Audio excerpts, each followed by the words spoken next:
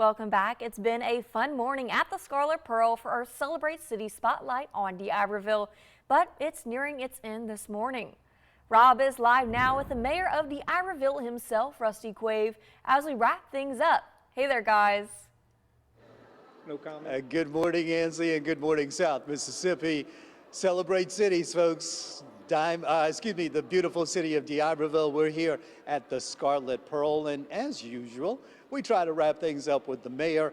Tells us about fun things happening, new development, growth, and things of that nature. And now, Mr. Mayor, Rusty Quave, I've been coming here prior to living here since the early 90s.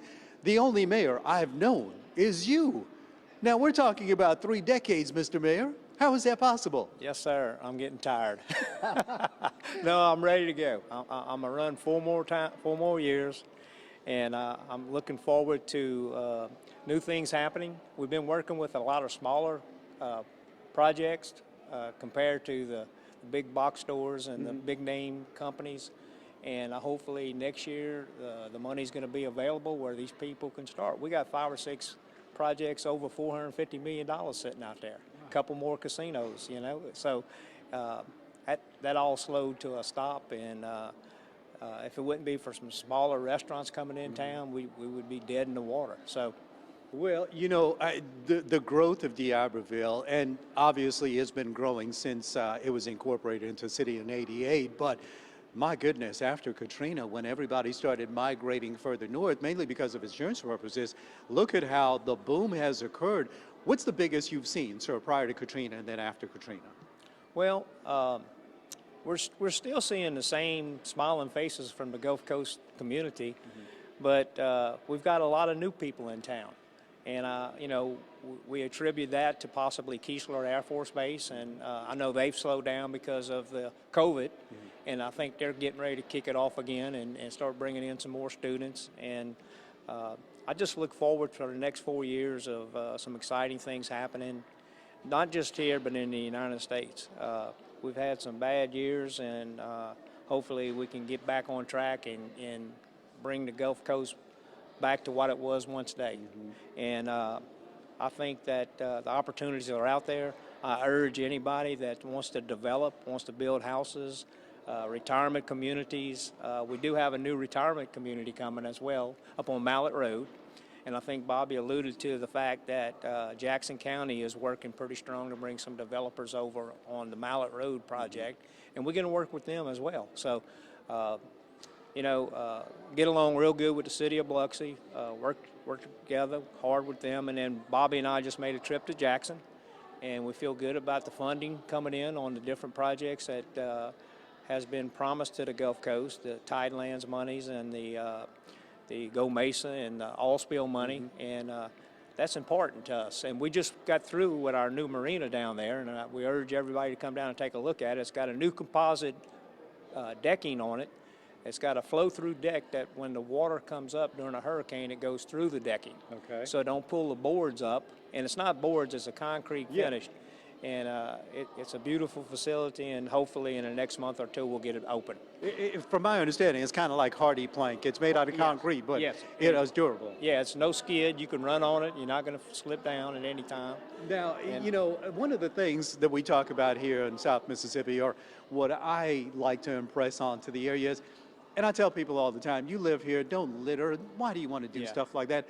D'Iberville has really, really cleaned up, sir, from what I've seen over the past couple of decades, and I imagine a lot of that is attributed to you and, of course, this current city manager, Mr. Weaver. Yes, what we did, we got with Bobby, and he's got a dedicated crew to picking up litter.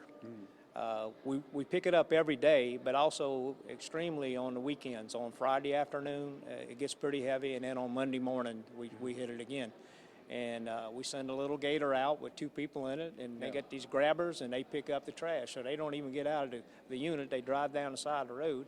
And then, but it's terrible that the litter that's on the road. I mean, it's unbelievable how much they just throw it out the window, I guess, you know. It truly is ridiculous, and I don't think people understand what they do to our local area by doing that, or the cost of manpower that goes into cleaning that up, because let's face it, who wants to live in a trash dump, right? We want the Mississippi Gulf Coast a shining star as it is. That's right. And you know, the big thing in D'Iberville is economic development, sales tax, and we've got a little bit of room for some bigger box stores. We're still talking with Sports Illustrated with the Bob Mandel project.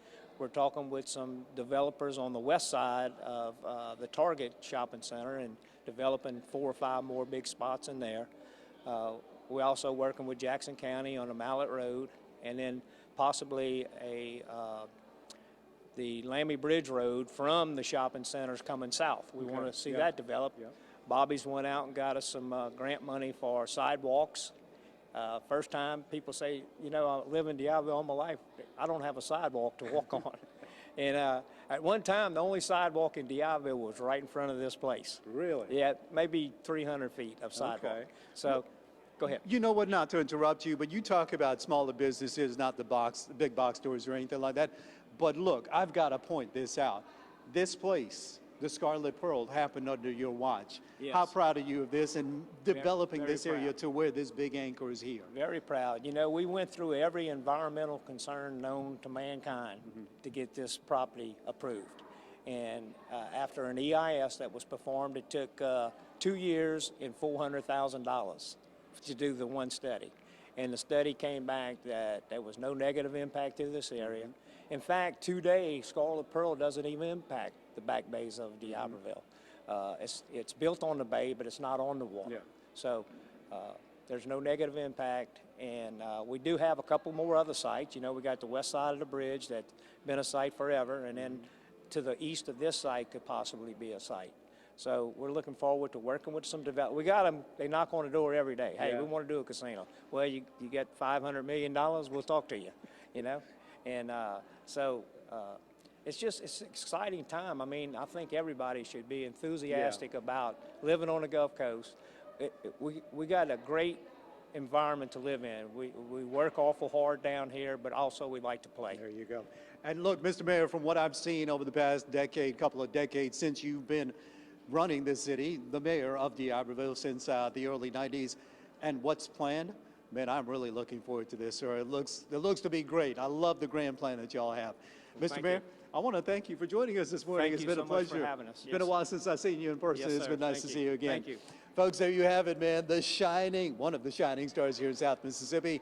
We're celebrating cities as WXXV News 25 continues live from D'Iberville and here at the beautiful Scarlet Pearl. Mr. Mayor joining me. We're going to have more to come as we wrap up the newscast coming up in just a bit. But again, live from D'Iberville and the Scarlet Pearl, I'm Rob Knight for WXXV News 25.